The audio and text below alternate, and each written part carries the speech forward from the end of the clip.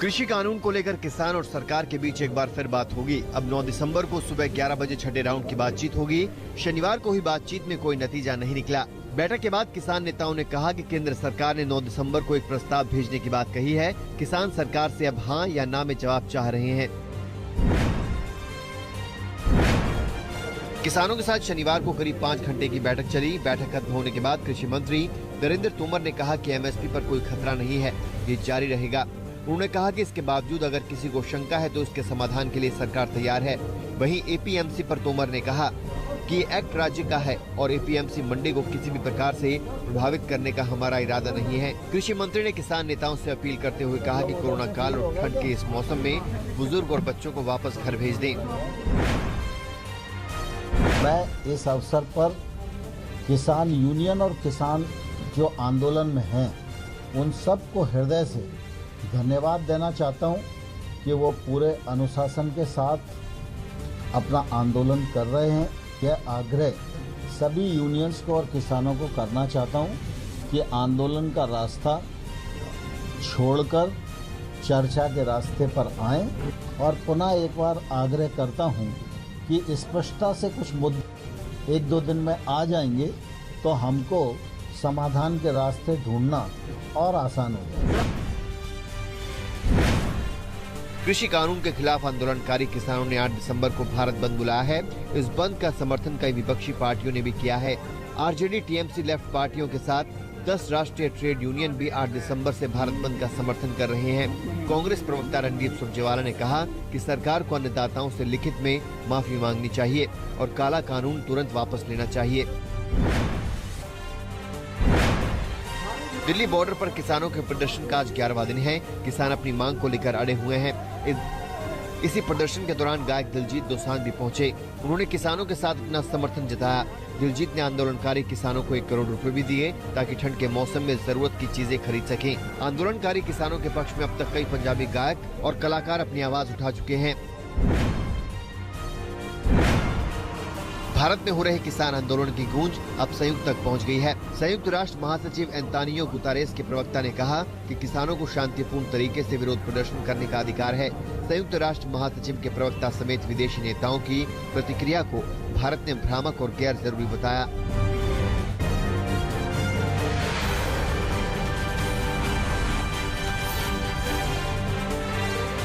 अयोध्या में बाबरी विध्वंस की बरसी पर सुरक्षा के पुख्ता इंतजाम किए गए हैं। इस बार प्रशासन ने किसी भी समुदाय को कार्यक्रम करने की इजाजत नहीं दी है। सोशल मीडिया पर अफवाह फैलाने वालों और आपत्तिजनक टिप्पणी डालने वालों पर निगाह रखने के लिए साइबर सेल को अलर्ट कर दिया गया है। अयोध्या में अतिरिक्त सुरक्षा बलों को तैनात किया गया है। राजस्थान में मंत्रिमंडल विस्तार से पहले फिर सियासी खलबली मच गई है। मुख्यमंत्री अशोक गहलोत ने फिर से सरकार गिराने का खेल शुरू करने का आरोप लगाया है। अशोक गहलोत ने देश के गृह मंत्री अमित शाह पर आरोप लगाया कि हमारे विधायकों को बिठाकर चाय नमकीन खिला रहे थे और बता रहे थे कि 5 सरकार गिरा दी है, 6ठी भी गिराने वाले हैं। पश्चिम बंगाल के नादिया में हुई टीएमसी विधायक की हत्या के मामले में सीआईडी ने चार्जशीट दाखिल की है। इस चार्जशीट में बीजेपी नेता मुकुल रॉय का भी नाम है। सीआईडी ने चार्जशीट में मुकुल रॉय को साजिशकर्ता बताया है। शनिवार को रानाघाट के एसीजेएमसी कोर्ट में सीआईडी ने चार्जशीट दाखिल की। इस मामले में इसी साल मार्च में सीआईडी ने मुकुल रॉय से पूछताछ की थी, जिसके बाद कोलकाता हाईकोर्ट से उन्हें अग्रिम जमानत मिली थी।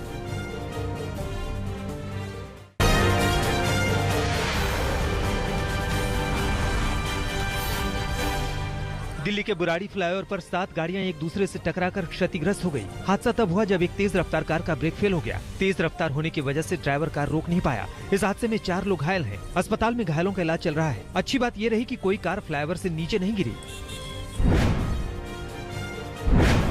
अमरावती में 1.5 महीने के बच्चे को कुएं में फेंककर हत्या करने के मामले में पुलिस को कामयाबी मिली है। पुलिस ने हत्या के आरोप में बच्चे की मां को गिरफ्तार कर लिया है। कोर्ट में बच्चे की मां को 3 दिन की पुलिस रिमांड में भेज दिया गया। पुलिस अब वारदात के पीछे की वजह जानने में जुटी है। असम के चिरांग जिले में एक तलाशी अभियान में भारी मात्रा में हथियार, गोला बारूद और विस्फोटक बरामद हुए हैं। बरामद हथियारों में हथगोले, पिस्टल और राइफल के साथ कारतूस भी हैं। पुलिस के मुताबिक हाल के दिनों में ये दूसरी बड़ी बरामदगी है। पुलिस को शक है कि डीटीसी चुनाव को देखते हुए हथियारों को जमा किया जा रहा है। छत्तीसगढ़ के सुकमा में पुलिस को बड़ी सफलता मिली है। पुलिस ने 5 नक्सलियों को दबोचा है। इनके पास से भारी मात्रा में विस्फोटक बरामद हुआ है। पुलिस को सूचना मिली थी कि नक्सली किसी बड़ी वारदात को अंजाम देने के लिए एक जगह इकट्ठा हो रहे हैं। पुलिस ने इसी सूचना के आधार पर घेराबंदी की और हथियारों के साथ 5 नक्सलियों को गिरफ्तार कर लिया। पश्चिम बंगाल के पुरुलिया में अवैध बालू तस्करी करते हुए बदमाशों को ग्रामीणों ने घेर लिया और एक ट्रैक्टर को बालू सहित रोक लिया गया, लेकिन अफरा तफरी का फायदा उठाकर आरोपी मौके से भागने में कामयाब रहे। ग्रामीणों का आरोप है कि पुलिस से कई बार शिकायत करने के बावजूद भी तस्करों के खिलाफ कोई कार्रवाई नहीं की गई।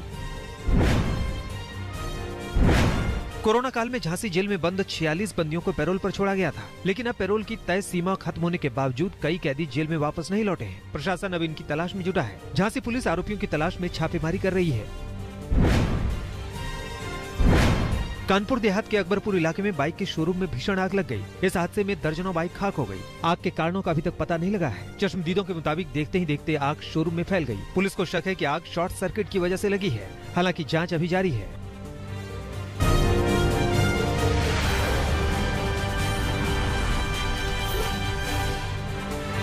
असम के कोकराझार जिले में भारी मात्रा में हथियार और गोलियां बरामद हुई हैं।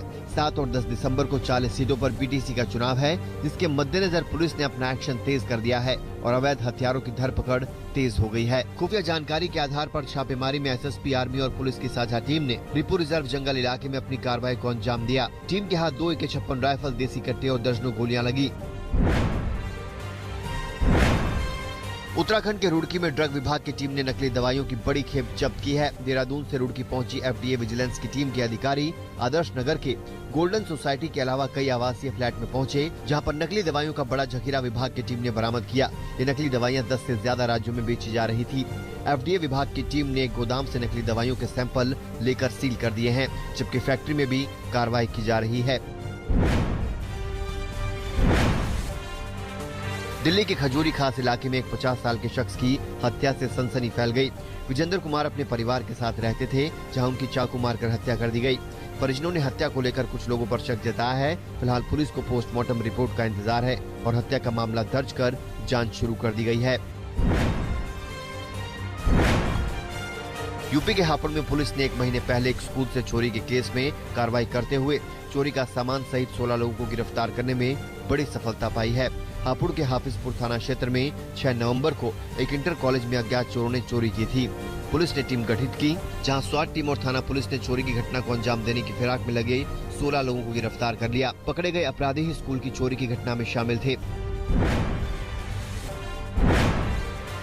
जम्मू कश्मीर के बांदीपुरा के एक सरकारी दफ्तर में भीषण आग लगने से हड़कंप मच गया।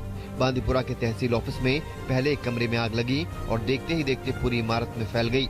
आग बुझाने के लिए दमकल की गाड़ियों को बुलाया गया। फिलहाल आग लगने की वजह का खुलासा नहीं हुआ है, लेकिन लपटों की वजह से लाखों का नुकसान हुआ है।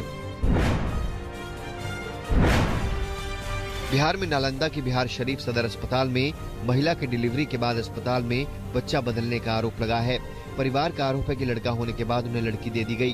पुलिस मामले की जांच कर रही है। अस्पताल से नवजात बच्चे के बदलने का आरोप लगाकर परिजनों ने अस्पताल में जमकर हंगामा किया। हालांकि अस्पताल प्रबंधन बच्चा बदलने की बात से साफ इनकार कर रहा है। पंजाब के फिरोजपुर में पत्नी और ससुराल वालों से दुखी होकर एक शख्स ने खुदकुशी कर ली। युवक ने पत्नी के दुपट्टे से ही घर में फांसी लगा ली।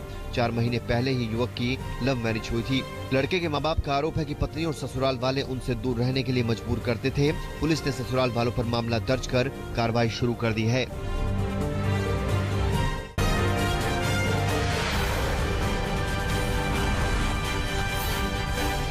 जो बाइडेन को राष्ट्रपति निर्वाचित होने के लिए जरूरी बहुमत आंकड़े का औपचारिक ऐलान। कैलिफोर्निया की secretary of state Alex Padilla ने लगाई बाइडेन की ऐतिहासिक जीत पर मुहर। बाइडेन ने हासिल किए कुल 279 electoral vote.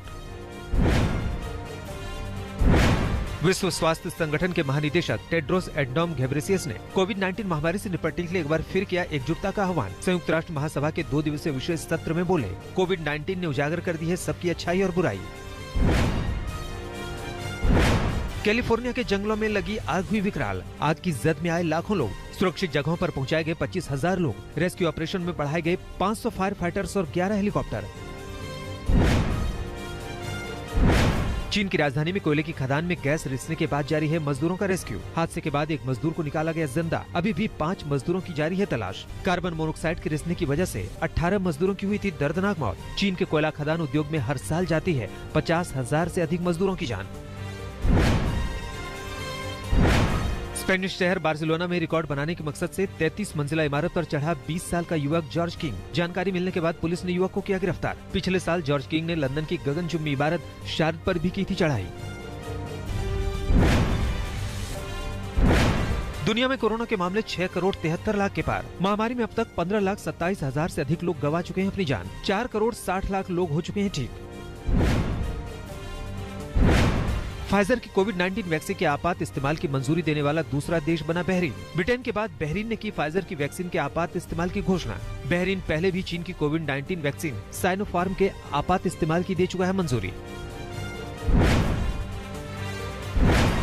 International ski federation ने 2022 में होने वाली बीजिंग विंटर ओलंपिक को लेकर काउंसलिंग के लिए चीन में स्नोबोर्डिंग वर्ल्ड चैंपियनशिप को किया रद्द। इंटरनेशनल स्की फेडरेशन ने कोरोना महामारी के बीच यात्रा पाबंदियों का दिया हवाला।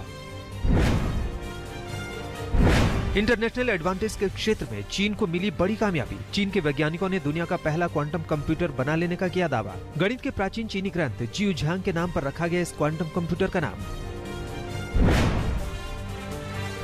ब्रॉडवे के मशहूर और सुपरहिट म्यूजिकल द प्रॉम पर इसी नाम से बनी फिल्म रिलीज हो गई है। इसमें मुख्य भूमिका ऑस्कर विनर अभिनेत्री मेरिल स्ट्रीप, जेम्स कॉर्डन और केरी वॉशिंगटन ने निभाई है। मेरिल स्ट्रीप ने इस म्यूजिकल फिल्म का पूरा श्रेय इसके डायरेक्टर रायन मर्फी को दिया है। फिल्म अगले ही हफ्ते नेटफ्लिक्स पर भी रिलीज हो रही है। Friend to the high school prom, and the PTA went apeshit and they cancelled it. We have got to go down there. Yes. And raise holy hell. We will be the biggest thing to happen in Indiana since whatever's happened in Indiana. नमस्कार, मैं हूं अंजना ओम कश्यप। हमें उम्मीद है ये video आपको पसंद आया होगा। लेटेस्ट खबरों के लिए यूं ही देखते रहिए आज तक, और इस वीडियो के पसंद आने पर लाइक, शेयर एंड सब्सक्राइब करना ना भूलें।